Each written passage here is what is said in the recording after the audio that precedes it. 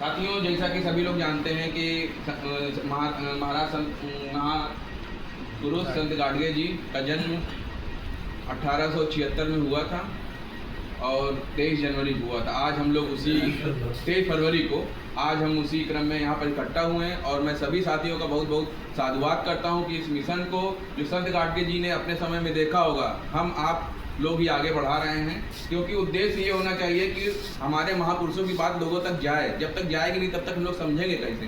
संत गाडगे जी के जीवन में प्रकाश डालते हुए मैं एक बात बताना चाहूँगा कि संत गाडगे जी के खानदान में उनके पास 6 एकड़ ज़मीन थी, लेकिन उनके पिताजी मदिरा और मांस का सेवन करते थे। इसी कुवृत्ति में फंसकर उनकी सारी प्रॉपर्टी चली गई।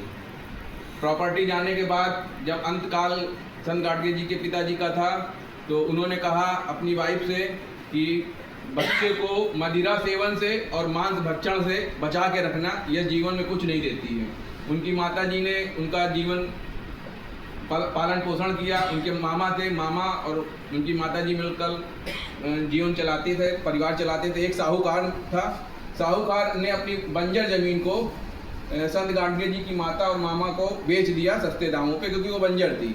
संत गाडगे जी ने बहुत मेहनत की और उसको उपजाऊ बनाया। उपजाऊ बनाने के बाद क्या हुआ, उस साहूकार की नीयत में खोट आ गया। वह उस ज़मीन को हासिल करने के लिए सतत प्रयास करने लगा, क्योंकि उसने औने पौने दामों पे इसको बेच दिया था।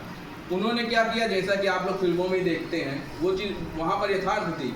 उन्होंने झूठ मूठ दूसरे कागज़ पे अनपढ़ होने के कारण उनसे हस्ताक्षर करा लिया।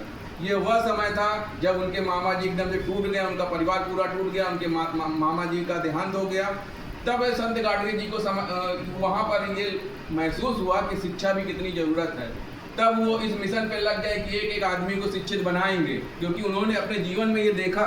संत गाडगे जी की 2 बेटियां थी, एक पुत्र था। दोनों बेटियों के जो कार्यक्रम होते थे उस समय में वहाँ पर मांस और मदिरा चलती थी। जब उन्होंने अपनी बिटिया का शादी ब्याह किया तो उन्होंने इन सब चीज़ों को निषेध कर दिया। तब जो लोग आए वहाँ पर तो उन्होंने कहा जब तुम्हारे पास खिलाने को नहीं था तो तुमने ये कार्यक्रम क्यों आयोजित किया। तो उन्होंने ये समाज की दुहाई दी कि ऐसा करने से हमारा समाज बढ़ेगा नहीं। तो उन्होंने किसी तरह मान के वहाँ पर खाना पीना खाया।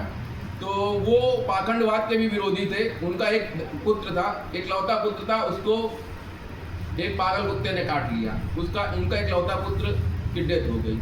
संत गाडगे जी आहत नहीं, उन्होंने सामाजिक काम में अपना मन लगाया और वो जो उनके साथ घटित हुआ किसी और के साथ ना घटित हो और समाज को आगे बढ़ाने के लिए उन्होंने लगातार मेहनत की। संत गाडगे जी बाबा साहब के समकालीन थे। बाबा साहब डॉक्टर भीमराव अम्बेडकर साहब उनकी मीटिंगों में जाते थे और संत गाडगे महाराज बाबा साहब के जयकारे भी लगवाते थे। संत गाडगे महाराज बाबा साहब डॉक्टर भीमराव अम्बेडकर को महापुरुष बताते हुए उनके जयकारे लगवाते थे और बताते थे वह समाज का सेनापति है।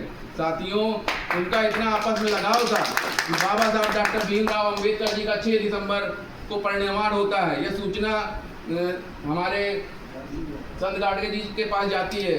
वह इतना उनका हृदय विचलित हो जाता है कि मात्र 14 दिन यानी 20 दिसंबर को आपका परिनिर्वाण भी हो जाता है। साथियों, संत गाडगे साहब ने जो समाज को आगे बढ़ाने का मिशन किया है उसे हमें आपको बढ़ाना है। थोड़ा समय देना पड़ेगा हम लोगों को। अगर इतिहास में हमारे महापुरुषों ने इतना योगदान दिया है तो जिस तरह आप लोग यहाँ आए हैं, छोटे छोटे कार्यक्रमों में जाइए, लोगों को बताइए, हम ही आप कुछ कर सकते हैं। और इसी के साथ मैं अपनी वाणी ख़त्म करता हूँ और मैं चाहूँगा इसके बाद एक छोटा सा फोटो सेशन होगा और उसके बाद ये बांसुरी वादन के लिए मैं आयोजित करता हूँ। ये अंतिम कार्यक्रम है। अगर कोई साथी चाहे तो बोल सकता है, अन्यथा बांसुरी वादन के साथ में। हाँ।